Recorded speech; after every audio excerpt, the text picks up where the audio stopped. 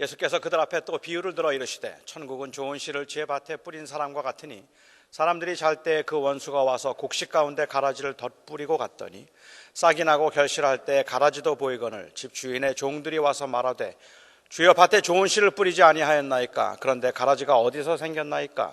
주인이 이르되 원수가 이렇게 하였구나. 종들이 말하되 그러면 우리가 가서 이것을 뽑기를 원하시나이까? 주인이 이르되 가만두라. 가라지를 뽑다가 곡식까지 뽑을까 염려하노라. 둘 다 추수 때까지 함께 자라게 두라. 추수 때 내가 추수꾼들에게 말하기를 가라지는 먼저 거두어 불사르게 단으로 묶고 곡식은 모아 내 곳간에 넣으라 하리라.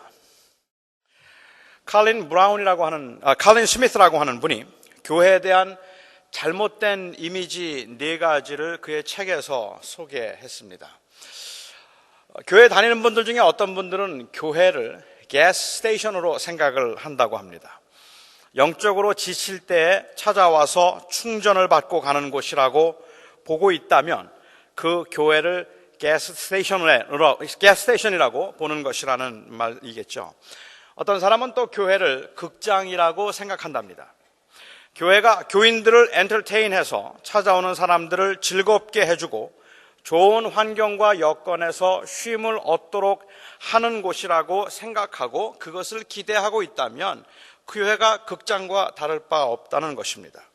어떤 사람은 교회를 약국이라고 생각합니다. 문제와 상처가 있을 때 찾아와서 치유받고 돌아갈 수 있는 곳으로, 그렇게 내가 이곳에 와서는 내 상처가 치유되고 그리고 누군가가 나를 그 싸매주기를 기대하고 있다면 교회는 약국과 다르지 않다는 이야기입니다. 또 4번째로 어떤 사람들은 교회를 백화점이나 혹은 만물상 정도로 생각하기도 한다고 해요. 좋은 시설, 좋은 환경에서 그냥 one for all, all in one stop. 한 번에 그냥 모든 서비스를 다 제공받을 수 있는 그러한 장소로 기대하는 경우입니다. 좋은 설교, 그리고 아름다운 수준 있는 찬양, 탁월한 교육 환경, 맛있는 점심, 다양한 사회 정보, 그리고 튼튼한 인맥 형성까지 한 교회를 다니면 이 모든 것들을 동시에 다 받을 수 있는 all-in-one stop 서비스가 있으면 그러한 것을 교회라고 생각을 해서 교회란 바로 가스스테이션과 같은 것이고 교회란 극장과 같은 곳이고 교회란 약국과 같은 곳이고 아니면 교회는 백화점 혹은 만물상과 같은 곳이라고 사람들은 생각하는 것, 이것이 교회에 대한 잘못된 이미지라고 그렇게 그는 이야기했습니다. 어떻게 생각하면 이 4가지 이미지 모두 다 교회를 하나님을 예배하고 하나님을 섬기는 사람들의 모임으로 보기보다는 오히려 이 세상을 살아갈 때 사람들에게 편리를 제공함으로 성공과 성장을 추구하고 있는 서비스 기업으로 교회를 인식하고 있다는 점에서 잘못된 이미지라고 정의하고 있지 않는가라는 생각을 했습니다. 그런데 여러분, 사실 가만히 생각해 보면 여기에 언급된 소위 왜곡된 변질된 교회의 그 이미지가 우리가 말하는 좋은 교회의 모습입니다. 일주일에 하루 영적인 충전을 받을 수 있는 장소, 상담과 말씀을 통해서 치유를 받고 온 가족들이 이곳에 와서 양질의 교육을 받을 수 있는 아주 편리하고 좋은 시설과 교육 프로그램들을 갖추고 있다면 그게 바로 좋은 교회가 아니겠습니까? 그리고 다들 그런 좋은 교회를 추구하고 있는 것 아닙니까?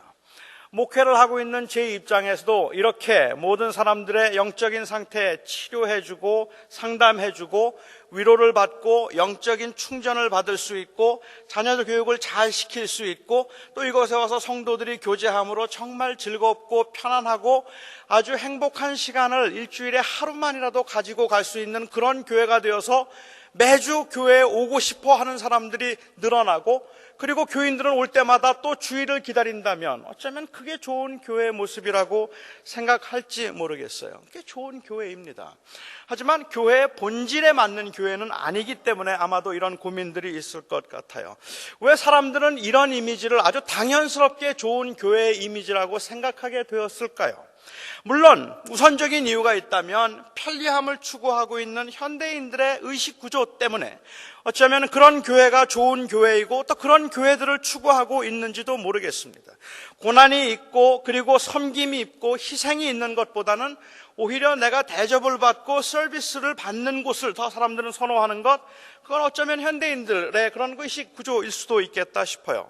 그런데 제가 생각할 때 그건 못지않게 아주 중요한, 이런 교회들을 좋은 교회라고 생각하게 만드는 또 다른 하나의 중요한 이유가 있다면 그것은 교인들이 그동안 교회에서 경험했던 끔찍스러운 일들 때문에 그렇습니다.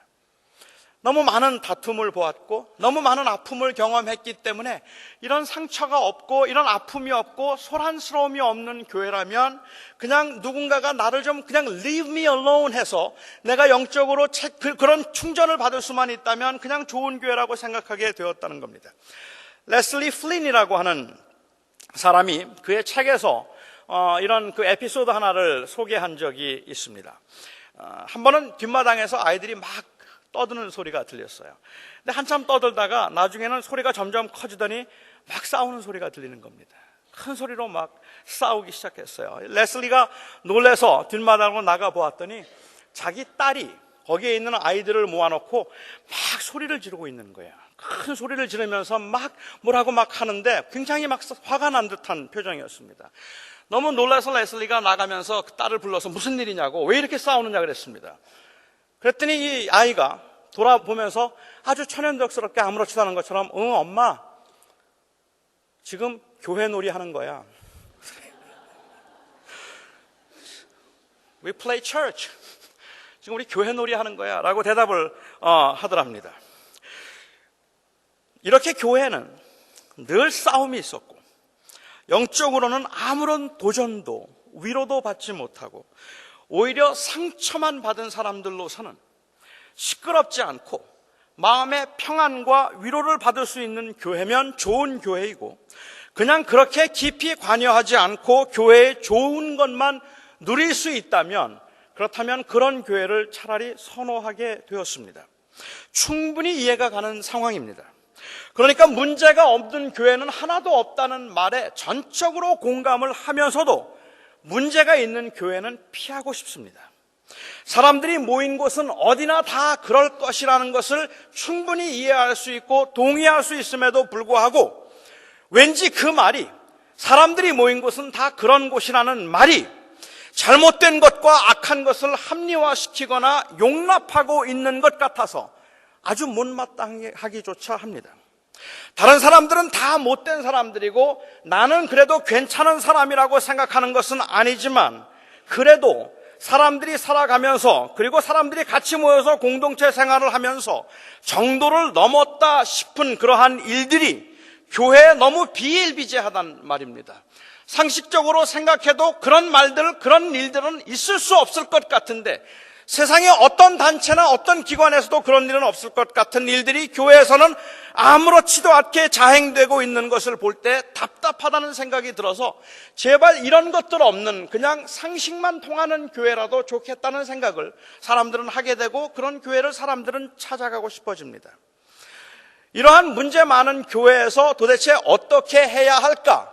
문제가 많은 교회에서 문제가 많은 교인들은 어떻게 해야 할까? 하는 것들에 관한 이야기가 나오면 아주 많이 인용되는 비유가 바로 오늘 주님께서 말씀하신 이 비유입니다.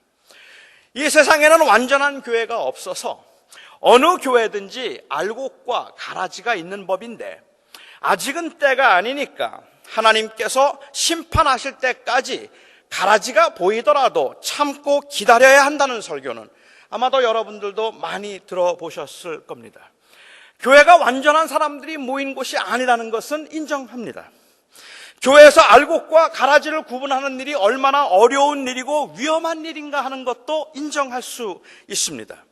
하지만 이 비유를 단순히 교회 문제를 어떻게 해결하는가 하는 것에 있어서 지극히 수동적이고 그리고 지극히 비합리적인 그러한 그 모습을, 아니면 그 방법을 왠지 그냥 인정하는 것 같거나 아니면 방치해 두는 것처럼 이해하려고 할 때 저는 이 비유를 잘못 이해하고 있는 것이겠다 싶어서 오늘 이 말씀을 조금 더 상세하게 여러분과 함께 살펴보고 싶습니다.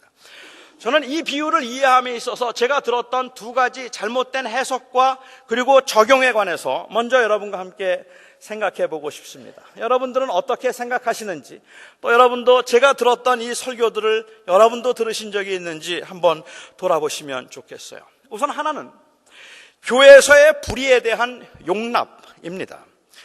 주님의 몸된 교회에서도 불의가 부정한 일들이 벌어지고 다툼과 분쟁이 끊이지 않고 탐욕과 시기, 오만과 불손함에서부터 이루어지는 부끄러운 일들이 그야말로 벌어지고 있는데도 불구하고 초신자가 다칠지 모른다는 이유로 침묵해야 하고, 나중에 하나님께서 하나님이 알아서 심판하실 테니까 그냥 내버려 두도록 하셨다는 이유로 방치해 둔다면 교회는 앞으로도 세상의 손가락질을 받을 수밖에 없습니다.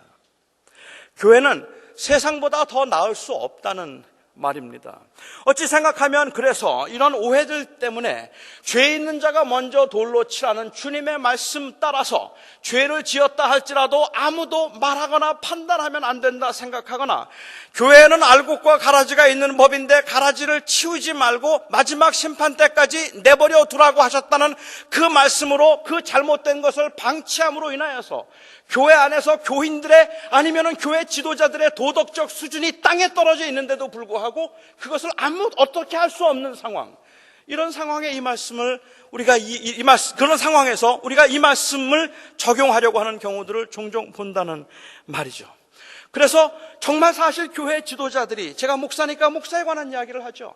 우리 목사들이 다른 세상 사람들이 보기에도 그 세상 일반 기준에도 미치지 못하는 그러한 거짓과 부정과 악을 행하고 있는다 할지라도, 그래도 우리가 쉽게 사용하는 말들은, 그리고 오늘 이 비유를 인용하면서 하는 말은 하나님이 나중에 심판하실 테니까 그때까지는 그냥 가만 내버려 두자고 하고, 결국은 그것 때문에 그 교회가 순결함을 지키려고 노력하지 않았기 때문에 교회는 점점 더 세상보다 훨씬 더 못한 도덕적 기준으로 사람들을 판단하거나, 모든 세상 사람들이 교회를 향해서 손가락질을 하면서 우리만 훨씬 못한 사람들이라고 말하게 되었다 싶다는 말씀입니다. 가라지를 그대로 두라는 말씀은 죄를 용납하거나 아니면 묵인하라는 말씀이 아닙니다. 교회라는 곳도 다 그렇고 그런 곳이니까, 그러니까 적당히 가자는 말씀이 아닙니다. 사도 바울은 세상에서 사람들이 문란하게 사는 것이야 어쩔 수 없지만 교회에서 문란한 일이 벌어진다면 그건 절대로 용납해서는 안 된다고 했습니다. 이 세상에서는 부정한 것들을 인정하고, 그리고 인정해도 교회에서는 인정하면 안 되고, 세상에서는 차별과 착취가 행해져도 교회는 그렇게 하면 안 되는 겁니다. 이 교회에서는 그것을 용납해도 안 되고 그것을 허락해도 안 되는 것인데, 때로는 오늘 이 말씀 때문에, 이 비유 때문에 알곡과 가라지가 있지만 가라지를 함부로 건들면 초신자 다친다는 말 때문에 그냥 내버려 둔 채 죄가 오히려 이 교회를 다 다미네이트 하도록 내버려 두는 경우도 종종 있는 것 같아요. 오늘 비유는 혹시 아직 무르익지 않은 알곡이 다칠까 싶어서 교회에서조차도 악하고 불의한 것, 주님의 이름을 욕되게 하는 세속적이고 정욕적인 것들을 우선은 내버려 두어야 한다는 의미가 아닙니다. 이와 비슷한 맥락이긴 하지만 또 다른 하나의 잘못된 적용과 해석이 있다면 교회에서의 알곡과 가라지의 정의입니다. 여러분은 어떤 신자가 알곡 신자라고 생각하십니까? 아니, 여러분이 알곡 신자라고 생각하십니까? 아니면 여러분이 가라지 신자라고 생각하십니까? 여러분이 알곡 신자인지 가라지 신자인지를 결정해 줄 수 있는 그 기준이 어디에 있다고 생각하십니까? 제가 대학생 때 한국에서 오신 어느 부흥사께서 이 본문으로 설교를 하면서 교회에는 알곡 신자가 있고 가라지 신자가 있다고 말씀을 하셨어요. 여러분도 짐작이 가시죠? 어떤 신자가 알곡 신자일까요? 헌금 잘 내고 항상 밝은 얼굴로 말없이 봉사할 뿐만 아니라 무엇보다도 목사에게 순종하는 교인이 알곡 신자입니다. 목사가 죽으라 그러면 그냥 죽는 신용이라도 하면 정말 알곡이에요. 그런데 목사가 뭐라 그러면 계속 왜 그러냐 그러고 나는 못하겠다 그러고 그리고 계속 부정적인 이야기를 하고 또 교회에서 뭘 봉사를 한다 해도 항상 그걸 마땅치 않게 생각하거나 아니면 교회가 이런 교회가 돼도 되겠느냐고 자꾸 다른 어떤 이 교회의 역할들에 관한 것을 강조하기 시작해서 목사가 목회를 하는데 조금 불편하거나 아니면 생각을 많이 하게 만드는 교인들은 가라지입니다. 그냥 목사를 대적한다. 목사가 시키는 대로 순종하지 않는다. 이런 사람들은 다 가라지 신자인데 하나님이 심판하실 때까지 가라지를 뽑지 않고 참고 있는 이 목사의 인내심과 이 목사의 온유함이 얼마나 존경스러운 것인지는 몰라도 알곡과 가라지를 구분하는 기준이 목사가 된 이상은 하나님 앞에 오늘 이 말씀을 치명적으로 오해한 것임에 틀림이 없습니다. 오늘 본문 말씀은 문제 많은 교인들을 어떻게 해야 하는가 하는 것에 관한 말씀이 아닙니다. 교회에는 알곡 신자가 따로 있고 가라지 신자가 따로 있는 것이 아닙니다. 저는 오늘 본문의 비유를 보면서 교회가 알곡 신자와 가라지 신자를 구분하거나 아니면 구분하더라도 내치지 말고 그대로 두라는 말씀이 아니라 오히려 세상을 향한 교회의 그 사명과 마음가짐에 관한 말씀이라고 보아야 한다. 저는 그렇게 생각합니다. 어떤 사람이 밭에다가 좋은 씨를 뿌렸습니다. 좋은 씨만 뿌렸습니다. 그런데 얼마 후에 나가보니까 그 밭 전체에 가라지들이 많이 나와 있었습니다. 주인의 원수가 밀밭에 가라지를 뿌려놓은 겁니다. 오늘 비유에 나오는 이 가라지라고 하는 것은 다넬이라고 하는 아주 특별한 잡초입니다. 밀과 너무 비슷하게 생겨서 그 줄기에 밀보다 털이 조금 더 많이 나와 있다는 것 말고는 뽑아서 뿌리를 보지 않고는 밀인지 아니면 다넬인지를 구분하기 어려운 그 잡초를 가리킵니다. 그러니까는 보통 사람들로서는 식별이 가능하지가 않고 전문가들이어야 혹 그걸 보면서 이게 다넬이구나 아니면 이게 밀이구나 하는 것을 식별해낼 수 있을 뿐이고 나중에 뽑아서 보면 뿌리를 보면 확실하게 그 차이를 볼 수 있는 그 잡초를 다넬 여기에 가라지라고 불렀습니다. 그러니까 주님이 가라지를 그대로 둔 이유는 가라지 때문이거나 아니면은 알곡 때문이 아니라 아직 육안으로 식별되지 않는 그 알곡의 줄기들 때문에 그렇습니다. 예수님께서는 이 비유를 말씀하신 후에 제자들에게 비유에 대해서 그 이후에 설명해 주셨는데 주님의 설명에 의하면 씨를 뿌리러 나간 사람은 예수님이고 밭은 세상을 가리킨다고 했습니다. 잘 보십시오. 밭은 교회가 아니라 세상입니다.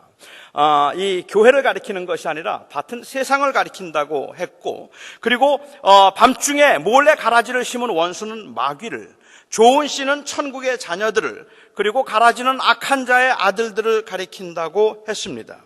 그런데 이 비유에서 정말 중요한 것은 하인이 했던 두 가지 질문입니다. 하인들이 했던 첫 번째 질문은 밭에 좋은 씨만 뿌렸는데 그런데 왜 가라지가 어디서 생겼습니까? 하는 것이 첫 번째 질문이었고 두 번째 질문은 이 가라지들이 많이 나는데 그러면 우리가 가서 뽑아버릴까요? 하는 것이 바로 두 번째 질문이었습니다. 여러분들이 아시는 것처럼 마태복음 13장은 천국에 관한 비유들을 모아놓은 장입니다. 이 비유를 말씀하시기 전에 씨 뿌리는 자의 비유를 통해서 씨 뿌리는 자가 씨를 뿌렸는데 덜어는 길가에 떨어지고 덜어는 가시밭에 덜어는 돌짝밭에 덜어는 옥토에 떨어졌다고 말씀을 하셨어요. 그래서 그 씨를 뿌렸지만 그것들이 가시밭에 떨어진 것 같고 돌짝밭에 떨어진 것 같고 길가에 떨어진 것 같아서 열매를 맺는 것 같다가 맺지 않고 다시 죽어버리는 그러한 일들이 있더라도 제자들이 낙심하지 말고 꾸준히 복음을 전해야 할 것은 거기에 옥토가 있기 때문이라고 하는 그 의미라고 저는 여러분들에게 한번 이 비유에 대해서 설명을 드린 바 있습니다. 그리고 난 다음에 세 번째로 이 비유 다음에는 나무의 겨자씨에 관한 비유를 말씀하셔서 겨자씨가 세상에서는 가장 작은 씨지만 그 씨를 뿌려서 그 씨가 나중에 나무가 되면 공중에 새들이 깃들 만큼 큰 나무가 될 수 있다고 말씀을 하셔서 하나님의 나라는 이렇게 작게 시작하는 것이지만 그 하나님께서는 그 작게 시작한 나라를 통하여서 큰 나무를 이루게 될 것이고 이 하나님의 나라에 결국은 수많은 사람들이 와서 안식과 쉼을 얻게 될 것이라는 말씀을 해주셨습니다. 이 두 개의 비유 사이에 오늘 알곡과 가라지의 비유가 있습니다. 저는 이 세 비유가 다 똑같은 한 가지의 주제를 다루고 있다고 생각합니다. 오늘 이 비유에서 하인들이 물었던 질문은 이 땅에 살고 있는 제자들이 묻고 싶은 질문입니다. 사실은 하인이 물었던 질문은 여러분이 묻고 싶은 질문입니다. 여러분이 하고 싶은 질문이 아니냐는 말입니다. 오늘 예수님께서 이 땅에 오셨는데 그래서 예수님께서는 가난한 자에게 아름다운 소식을 전하시고 마음이 상한 자를 고치시고 포로된 자에게 자유를, 갇힌 자에게 노임을 선포하고 모든 슬픈 자들을 위로하시고 슬퍼하는 자에게 화관을 씌우시고 찬송의 옷을 입히겠다고 하셨는데 그런데 어찌하여 이 세상에는 아직도 고난이 있습니까? 메시아가 이 땅에 오심으로 인하여서 그 메시아로 인하여서 이 땅에 하나님의 나라가 이루어지고 그곳에는 의와 공의와 그리고 사랑이 실천된다고 주님께서 말씀하셔서 하나님의 나라가 임했다고 말씀하셨는데 어찌하여 아직까지 악이 성행하며 어찌하여 아직까지 그렇게 악이 흥하고 죄인들이 관영하는 것, 죄가 관영하는 것입니까? 라는 것을 묻고 싶지 않으십니까? 내가 예수를 나의 구주로 영접하고 난 후에 예수님을 만나고 난 후에 주님이 나의 생명의 주님이 되시고 주님께서 나의 모든 삶을 책임지시는 그 전능자가 내 하나님이 되시고 나면 내 삶 가운데 기쁨이 있고 감사가 있고 감격이 있고 언제나 내 삶이 편안하고 유익하고 그리고 또한 내 삶에 형통함이 있을 거라고 생각했는데 전능하신 하나님을 믿는 내 인생이 어찌 이렇게 꼬이는 겁니까? 왜 이렇게 힘든 겁니까? 왜 이렇게 되는 일이 하나도 없는 겁니까? 하나님께서 나의 기도를 들으시고 내 삶을 주관해 주겠다고 말씀하셨음에도 불구하고 왜 그래서 나는 하나님을 정말 마음을 다해 사랑하며 주를 섬기고 싶은데 어찌하여 내 몸에 병은 끊이는 적이 없고 내 사업은 되는 일이 없고 어찌하여 나에게는 계속해서 문제만 이어지고 있는 겁니까? 왜입니까? 묻고 싶지 않으십니까? 그리고 그 질문에 주님께서는 대답하시기를 악한 자들이 가라지를 심었구나 말씀하셨어요. 여기서 악한 자가 가라지를 심었다는 것은 제가 너무 심플리파이 하는 것 같지만 이 말씀은 아직도 악의 세력이 남아있다는 말씀을 하고 계시는 겁니다. 하나님께서 임하셨지만 하나님께서 다스리시는 하나님의 나라가 임했지만 여전히 아직까지 악의 세력이 흥하고 있고 아직까지도 그런 일들이 벌어지고 있구나 라고 주님께서 말씀하시는 겁니다. It's not your fault. That's how the world goes. 여러분들의 잘못 때문에 그런 것이 아니라 세상이 아직은 그렇단 말입니다. 여러분들이 믿음이 부족하고 기도가 부족해서 지금 여러분들의 사업이 안 되고 있는 것이 아니라 악한 자가 와서 가라지를 뿌렸구나. 아직까지 그 치열한 싸움과 아직까지도 그렇게 그 대적하는 일들이 남아있구나. 주님이 말씀하고 계시는 겁니다. 제자들이 다시 묻죠. 어떻게 할까요? 뽑아버릴까요? 끝낼까요? 어떻게 할까요? 여기에 어떻게 합니까? 가라지를 뽑아버릴까요? 라는 이 말은 바꿔 이야기하면 주님, 이 험하고 악한 세상에 계속 우리가 살아야 할 이유가 있겠습니까? 이제 그만 포기하고 저희가 산으로 갈까요? 라는 질문일 겁니다. 잘 믿는 사람들끼리 신앙 공동체를 만들어서 주님 오실 때까지 그냥 거기에서 살까요? 우리 집안에 믿지 않는 가족들, 내가 거래하는 그 회사의 그 불신자들, 우리 이웃에 버젓이 살고 있는 동성애자들, 이들과 모두 다 관계를 끊고 상종하지 말고 그냥 믿는 사람들끼리 좀 잘 견디면서 살아볼까요? 아니면 이들과 싸우고 투쟁해서 이들을 모두 다 물리쳐버리고 온 땅의 힘으로 하나님의 나라를 세워볼까요? 주님께서 말씀하셨습니다. 아니다. 알곡이 다칠 수 있으니까 기다려라. 알곡이 다칠 수 있으니까 참고 기다리라 말씀하셨어요. 내가 다시 올 때까지, 추수할 때까지 그대로 두라고 말씀하셨습니다. 한마디로 말씀을 드리면 이 비유는 이미 임하였으나 아직 임하지 않은 하나님의 나라의 모습을 묘사하고 있는 겁니다.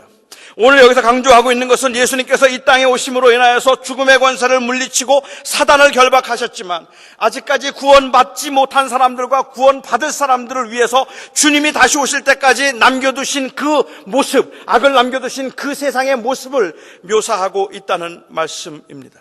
그렇다면 알곡이 다치지 않도록 가라지를 내버려 두라는 말씀의 요지는 교회 안에 죄를 용납하라는 말씀도 아니고 교회에서의 불의를 눈감아 주라는 말씀도 아니라 여전히 남아있는 악의 세력과 불의함에도 불구하고 낙심하지 말고 가라지처럼 보이는 그러한 알곡들이 여전히 세상에는 있기 때문에 이 세상에서 하나님의 다스림과 하나님의 통치하심을 드러내고 잃어버린 바 된 영혼을 구원하기 위하여서 인내하며 선한 일을 계속하라 하는 말씀이라는 겁니다.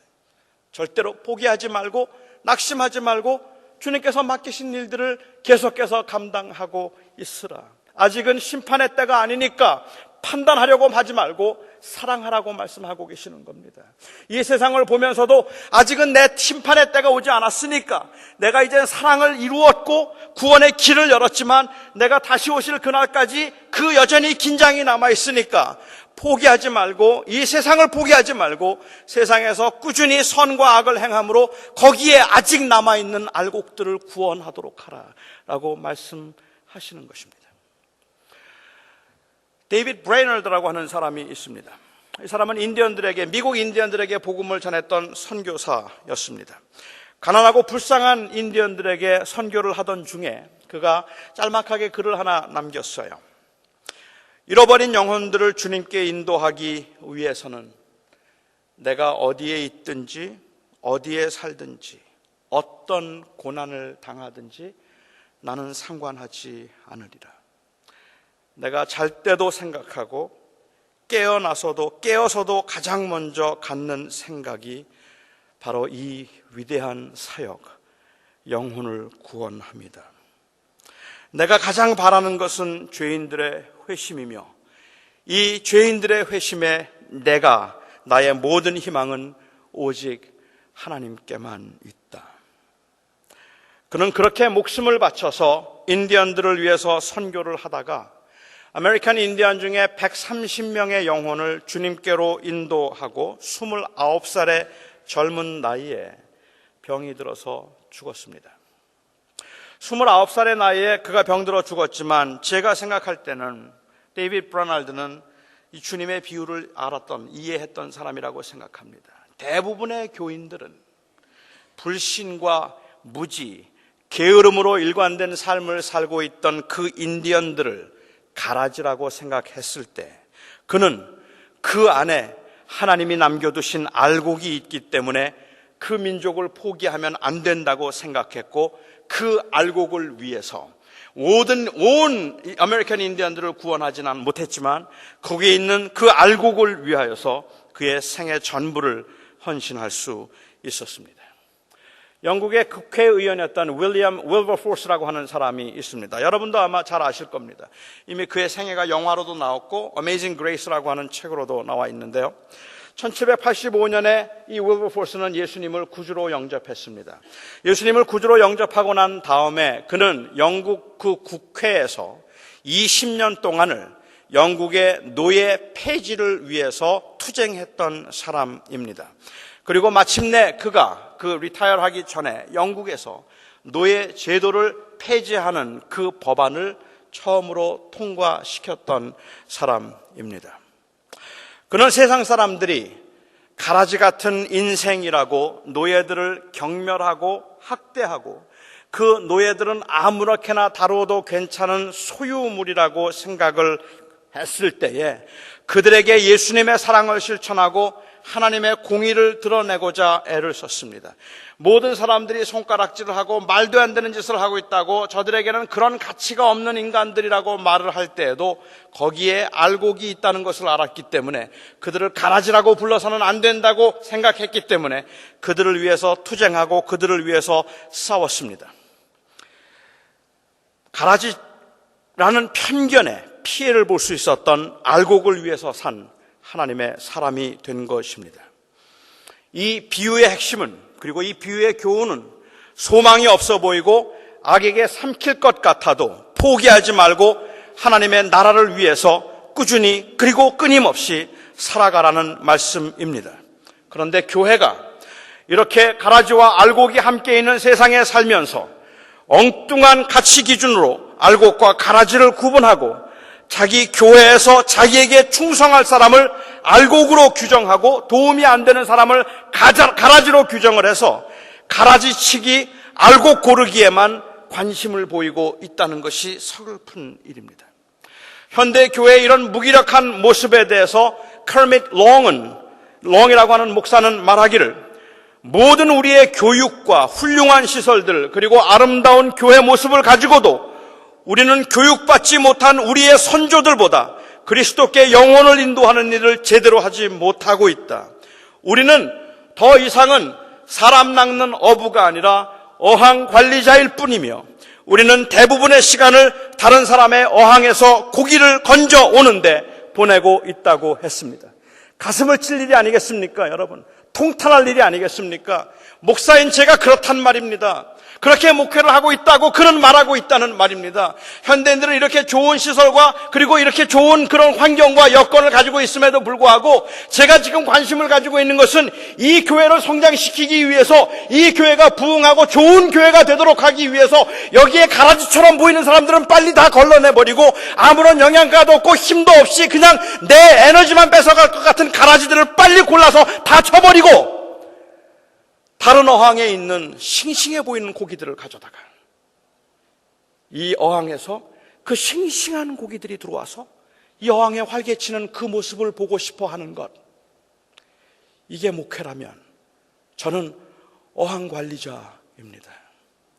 세상에 잃어버린 영혼들이 얼마나 많은데, 이 세상에 그렇게 하나님을 대적하고 하나님을 원망하고 있는 사람들이 얼마나 많은데, 이 세상을 보면서 하나님을 몰라서 방황하고 그리고 삶의 의미를 찾지 못해서 공허한 삶을 살고 있는 사람들이 세상에는 수두룩하게 깔려 있는데도 불구하고 주님께서는 그 수두룩하게 깔려 있는 그 사람들 중에 거기에 알곡이 있으니 내가 아직 가면 안 된다, 거기에 알곡이 있으니 아직 심판이 아니다라고 말씀하고 계시는데, 우리는 그 밖에 있는 가라지처럼 보이지만 틀림없는 그 알곡들이 다칠까봐 주님께서는 심판을 유보하고 계심에도 불구하고 우리는 그 알곡들에는 관심이 없이 이미 알곡으로 드러나는 것 중에 싱싱하게 결실을 맺은 것만 모아서 이 교회에다가 두려고 한다는 말입니다.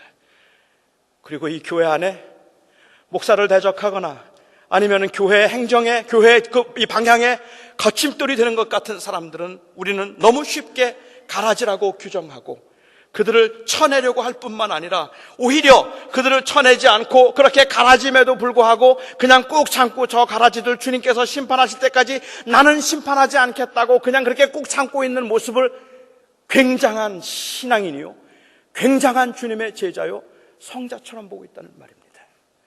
하지만 가라지처럼 보이는 알곡에는 관심이 없어요. 주님께서 지금 걱정하셨던 것은 이 교회에 들어와 있는 초신자들이 아니라 주님께서 걱정하셨던 것은 세상에 있는 사람들이란 말입니다. 이 세상에 있는 아직도 주님을 알지 못하는 사람들과 아직도 착취와 어려움을 당하고 있는 사람들과 고난 중에 있으면서도 그 길을 찾지 못해서 방황하고 있는 사람들이 주님께서 보셨던 가라지처럼 보이지만 알곡인 사람들이고, 아니 아직은 정확하게 무엇인지 모르지만 주님의 관심이 거기에 있었다면 우리는 이 알곡과 가라지의 비유를 통해서도 자꾸만 우리 교회 안에, 이 교회 안에 내가 어떻게 나를 대적하는 사람들을 내가 대해야 되는가 하는 문제로만 살펴보았다는 것이 너무 애석하고 안타깝다는 말씀입니다. 결론을 내리고 싶습니다. 가라지를 그대로 두라는 말씀은 죄를 용납하라는 말씀이 아닙니다. 가라지를 그대로 두라는 말씀은 가라지를 식별하여서 가라지로 규정하되 차별되이 대접하라는 말씀, 아니면 참고 그냥 기다려보라는 말씀이 아닙니다. 가라지를 그대로 두라는 말씀은 이 세상에 우리를 낙심하게 만드는 일들이 여전히 있지만 낙심하지 말고 은혜에 합당한 삶으로 그곳에 있는 알곡들을 구원하도록 하라는 말씀입니다. 포기하지 말라는 말씀입니다. 믿음으로 사는 일이 너무 유혹과 시험이 많아서 좋은 씨만 뿌렸는데 왜 가라지가 어디서 나왔습니까를 묻고 싶고, 교회도 실망하고 사람들에게도 실망해서 그냥 포기하고 싶어 가라지 그냥 뽑아버리지요 라고 말하고 싶을 때에 아직 할 일이 남았으니 끝내지 말고 아직 할 일이 남았으니 멈추지 말라고 하는 주님의 음성을 우리 교회가 들을 수 있기를 바랍니다.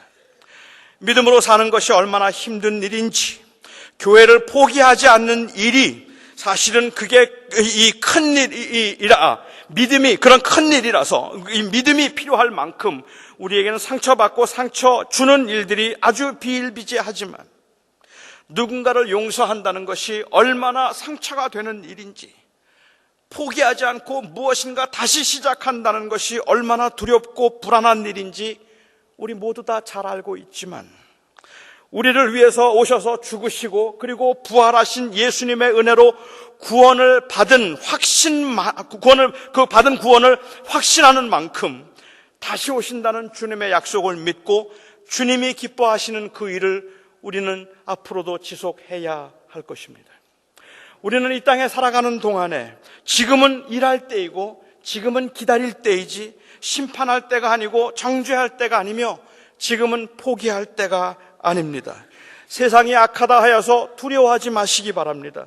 교회가 약하다 하여서 악하다 하여서 낙심하지 마시기 바랍니다. 하나님의 나라는 반드시 임할 것입니다. 그날 꼭 올 것입니다. 사랑하는 성도 여러분, 여러분들은 이런 비유를 들을 때마다, 이런 비유를 볼 때마다 여러분의 마음속에 어떤 마음이 제일 먼저 생기십니까? 알곡과 가라지의 비유를 들으면 여러분들에게 알곡이십니까? 가라지십니까를 물으면 여러분들의 마음이 정말로 답답해서 견디기 어렵고 정말 어찌할 수 없을 만큼이나 그 숨이 막히는 것 같은 그러한 그 경험을 여러분들은 해보지 않으셨습니까? 내가 알곡인데 가라지 같단 말이에요. 내가 도대체 가라지인지 알곡인지도 구분이 안 될 만큼이나 왜 이렇게 흔들리는지, 왜 이렇게 약한지, 왜 이렇게 쉽게 넘어지고, 왜 이렇게 쉽게 분노하고, 왜 이렇게 아무도 용서할 수 없는지, 내가 도대체 가라지 같은 생각이 들어서 힘들어서 주님, 좋은 씨 뿌렸는데 왜 가라지가 났습니까? 라고 묻고 싶지 않으냐는 말입니다. 그런데 주님께서 말씀하시잖아요. 악한 자가 뿌렸구나. 악한 자가 뿌렸구나. 이게 위로가 안 되세요. 악한 자가 와서 뿌린 것 같구나. 그렇지만 그럼 어떡할까요, 주님? 어떡할까요? 이렇게 부족한 내가 어떡하면 좋겠습니까? 내가 너를 통하여 아직 할 일이 남았으니까, 아직도 알곡이 남아있으니까 너는 지금 뽑지 말고, 지금 포기하지 말고, 지금 그만두지 말고 조금 더 가자, 조금 더 기다리라 말씀하고 계시지 않습니까? 그렇다면 이제 우리가 일어서야죠. 우리가 다시 용서하기 위해서, 다시 사랑하기 위해서, 우리가 다시 주님의 일을 감당하기 위해서 이 부족하고 힘든 가운데서 정말로 지치고 이제는 그만두고 싶을 만큼 그렇게 낙심되는 상황에서도 다시 일어서서 또 살아야죠. 왜냐하면 내 삶을 통해서, 이 교회를 통해서 주님께서 아직 구원하기 원하시는 알곡들이 거기에 남아있으니까요. 저는 오늘 주님의 비유는 그렇게 처음 비유와 마찬가지로, 씨 뿌리는 자의 비유와 마찬가지로, 그리고 겨자씨의 비유와 마찬가지로 우리 사랑하는 성도들에게, 제자들에게 어려움이 있고 환난이 있고 세상이 혼탁하다 할지라도 결코 낙심하지 말고 그 하나님의 나라가 임하였으니 그 나라를 바라보며 믿음으로 살라 말씀하신 것이라 믿습니다. 승리하시기 바랍니다. 낙심하지 마시고 믿음으로 승리하시기 바랍니다. 오늘 오신 아버지 하나님, 우리 사랑하는 성도들을 지난 일주일 동안도 하나님께서 붙들어 주셔서 주님이 우리와 함께 하시는 주님이 우리 아버지이심을 오늘도 고백하며 예배했고, 예배 가운데 하나님 앞에 정성껏 예물을 올려드렸으며 우리의 삶과 기도를 주님 앞에 올려드렸습니다. 주님 아십니다. 우리 사랑하는 성도들이 살아가는, 저희들이 살아가는 삶의 현장이 얼마나 각박한지, 그리고 얼마나 우리가 부족한지 주님이 아십니다. 아버지 하나님, 너무 우리는 부족하고 세상은 험해서 이 영적인 싸움을 우리는 계속할 수 없을 것 같아 주님 오늘 오시려나 내일 모레 속히 이 싸움이 끝났으면 하는 마음이 얼마나 간절한지, 그런데 주님께서 아직 알곡이 남아있으니 그 알곡이 다치지 않기 위하여 기다리라 하신 말씀을 듣습니다. 거룩하신 아버지 하나님, 우리 사랑하는 성도들의 삶이 하나님의 장중에 사로잡혀서 그 주님의 나라를 이루는 삶인 것을 알게 하여 주시고, 우리의 관심이 바로 잃어버린 그 영혼들과 그리고 또한 그 거룩한 하나님의 나라에 있게 하여 주시옵소서. 주의 은혜로 주의 사랑하는 성도들을 위로하시옵기를 바라옵고, 우리 주 예수 그리스도의 그 놀라우신 은혜, 우리를 죄에서 구원하신 은혜, 또한 그 아들을 우리에게 주신 하나님의 극진하신 사랑, 성령의 위로하심, 교통하심, 동행하심이 주를 바라보고 살아가는 모든 성도들의 한 주간의 삶 가운데도 온전히 넘치기를 간절히 축원하옵나이다. 아멘.